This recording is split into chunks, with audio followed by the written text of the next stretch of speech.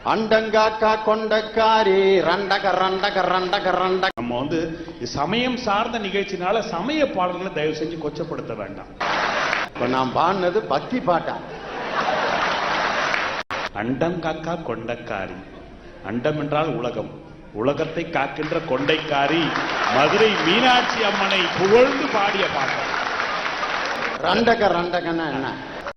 சிவன் வீட்டுல சிவனுக்கு 2 பொண்டாட்டி, அந்த வீட்டுல 2 அக்கா இருக்காங்க. முருகனுக்கு 2 பொண்டாட்டி, அந்த வீட்டுல 2 அக்கா இருக்கு. பெருமாளுக்கு 2 பொண்டாட்டி, அந்த வீட்டுல 2 அக்கா இருக்காங்க. எல்லா வீட்டுல 2 அக்கா 2 அக்கா 2 அக்கான்னு எங்க பிள்ளைங்க எல்லாம் பயங்கரம். 15 வயசுல சொல்லுவான், அம்மாவை கூப்பிட்டு உன் வீட்டுக்காரர்கிட்ட சொல்லிடுமா, அப்பப்ப என் ரூட்ல வராரு, மரியாதையா இருக்காரு.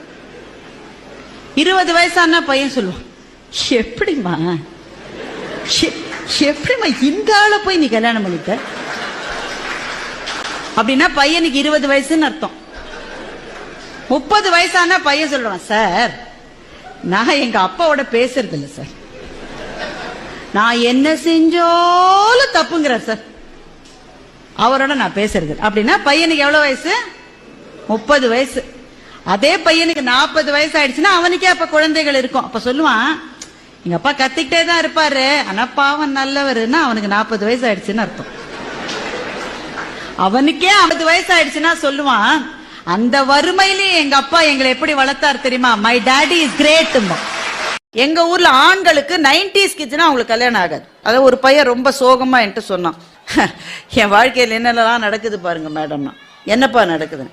முன்னாடி நான் சின்ன பிள்ளையா இருந்தப்போ என்னை விட பெரியவங்களுக்கு எல்லாம் கல்யாணம் நடக்கும், நான் போய் பார்த்தேன்.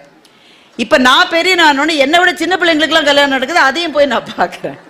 என்னதான்ப்பா செய்ய போறேன்? என்ன மேடம் செய்யறது? என்னவோ நயன்தாரா கல்யாணத்தை பார்த்துட்டேன், இப்படியே கொஞ்ச நாள் வாழ்ந்து த்ரிஷாவோட கல்யாணத்தை பார்த்துட்டேன், நான் என்னவோ நிம்மதியா போய் சேருவேன். இப்ப இவங்களுக்கு எல்லாம் என்ன நம்பிக்கை? திருமணம் ஆகிறதுக்கு ஒரே வழிதான் இருக்கு, என்ன செல்போன்ல யாராவது கிடைச்சு இவன் 90s கிட்ஸ்ன்றதை இவன் மறைச்சு.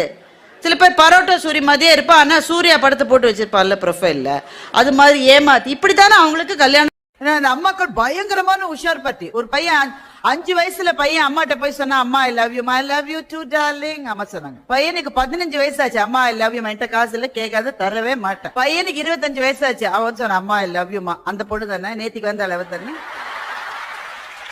அவ சரியில்லை. பையனுக்கு 35 வயசாச்சு, அம்மாவை பார்க்க வந்தான், அப்படியே உட்காந்து இருந்தான், அம்மா ஐ லவ் யூமா. நான் தான் அப்பவே சொன்னேன், அந்த பொண்ணு சரியில்லை, குடும்பத்துக்கு ஆகாதுன்னு நான் சொன்னேன். அம்மாக்கே 80 வயசாச்சு, பையன் அம்மாவை பார்க்க வரான், ரொம்ப நேரம் அப்படியே உட்காந்து அம்மா ஐ லவ் யூ. நான் எதுலயுமே கையெழுத்து போட மாட்டேன்ப்பா, உங்க அப்பா சொல்லிட்டு போயிருக்க. பையன் டைலாக மாத்தினானா? கவனிச்சிக்கலாங்க, பையன் டைலாக மாத்தினானா? ஒரே டைலாக் தானா? ஒவ்வொரு முறையும் என்ன சொல்றோன்றது அம்மாவுக்கு தெரியும். ஒரு பொம்பளை பிள்ளை பிறக்கும் போது தான் பாருங்களேன், அந்த மகாலட்சுமியே பிறந்திருக்கும் பையன். அதே ஒரு பையன் பிறக்கட்டுமே, கொல்லி வைக்கிறதுக்கு பையன் பிறந்திருக்கான் பையன், கொல்லி வைக்கதான் லாய்க்கு நீங்கெல்லாம். அதனாலதான் பாருங்க, பிறக்கும் போதே சுடுகாட்டை ஞாபகப்படுத்துறவன் ஆம்பளை பேதான். ஆசைக்கு ஒரு பொண்ணு, ஆஸ்திக்கு ஒரு பையன் சொல்லுவாங்க. ஆசாசையே வளர்க்கறதுக்கு பொம்பளை பிள்ளை வேணும். அந்த ஆஸ்திங்கிற சொத்து சொகத்தெல்லாம் புடுங்கிட்டு போறதுதான் இவங்க எல்லாம் இருப்பாங்க வீட்டுல. அதுல இன்னும் சொல்லு, அதாவது இப்ப உங்கள்கிட்ட கேட்கிறப்ப ஆண்கள்னு சொல்லுங்களேன். ஆண்கள் உதறு ஒட்டுதா? ஒட்டல. உதரும் ஒட்டாது, குடும்பத்திலையும் ஒட்ட மாட்டாங்க. பெண்கள்னு சொல்லுங்களேன்.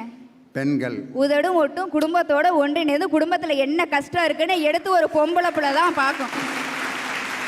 ஒரு படிச்சவன் ஒரு கிராமத்துல நடந்து போயிட்டு இருந்தான். அப்போ ஒரு செக்கு மாடு அங்கே சுத்திக்கிட்டு இருந்தது, அது கழுத்துல மணியும் கட்டி விட்டுருந்தாங்க. ஆனா அந்த மாடை மேய்க்கிறதுக்கு யாருமே இல்லை.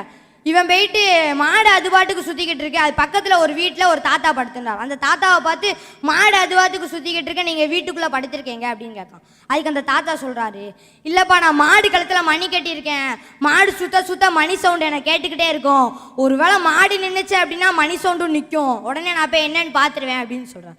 அதுக்கு அந்த படிச்சவன் சொல்றான், இல்ல மாடு சுத்தாம ஒரே இடத்துல நின்று தலையை மட்டும் ஆட்டிட்டு இருந்தாலும் மணி சவுண்டு கேட்கும்ல, அப்ப என்ன பண்ணுவீங்க அப்படின்னு. உடனே அந்த தாத்தா சொல்றாரு, அதுக்கு தான்ப்பா என் மாட்டை நான் பள்ளிக்கூடத்து கேமே அனுப்பல அப்படின்னு. சோ இன்னைக்கு படிச்சவன் அப்படிங்கிறப்ப எப்படி ஏமாத்தலாம் வந்து பேசி என் மாட்டை கெடுத்துப்படாதரா, அது உன்னைய மாதிரியே ஏமாத்த ஆரம்பிச்சிடேன், நான் இதை வச்சுதான் வாழ்க்கையை ஓட்டிக்கிட்டு இருக்கேன் இருக்காரு. அன்னைக்கெல்லாம் கல்யாணம் ஆகி போகும்போதுங்க, இந்த பொம்பளை பிள்ளைய கூப்பிட்டு 2 அறிவுரை தாங்க வீட்டில் பெரியவங்க சொல்லுவாங்க. 2 அறிவுரை பெரியவங்களுக்கு ஞாபகம் இருக்கும். ஒன்று, புகுந்த வீட்டில் பிறந்த வீட்டின் பெருமையை பேசக்கூடாது. பிறந்த வீட்டில் புகுந்த வீட்டின் குறைகளை சொல்லக்கூடாது. இந்த 2 அறிவுரை தான் யார் சார். பணம் இல்லாதவனுக்கு சார் நம்ம ஊர்ல ஒரே ஒரு பிரச்சனை தான் சார். பணம் இல்லாதவனுக்கு ஒரே ஒரு பிரச்சனை, பணம் இல்ல, பணமே இல்லையே. அதான் பணம் இருக்கிறவனுக்கு 10,000 பிரச்சனை சார். 1 2 அதுலயும் பணம் இருந்தா அம்பானி மாதிரி பணம் இருக்கணும். இந்த அறகுறையா பணம் இருந்தா தொல்லை சார். அம்பானி மாதிரி பணம் இருந்தா அரசாங்கங்களே அவர்களை தான் நடத்துகிறார்கள், அதனால ஒன்றும் பிரச்சனை இல்லை. நான் நினைச்சுப்பேன் தினம் காலையில எந்திரிச்சு ட்ரம்ப்புக்கு ஒரு ஃபோன் பண்ணி, ஏஞ்சலினா மார்க்கெலுக்கு ஒரு ஃபோன் பண்ணி இந்த சட்டத்தை இப்படி மாத்துங்கன்னு அவர் சொல்லுவாருன்னு நான் நினைச்சுப்பேன்.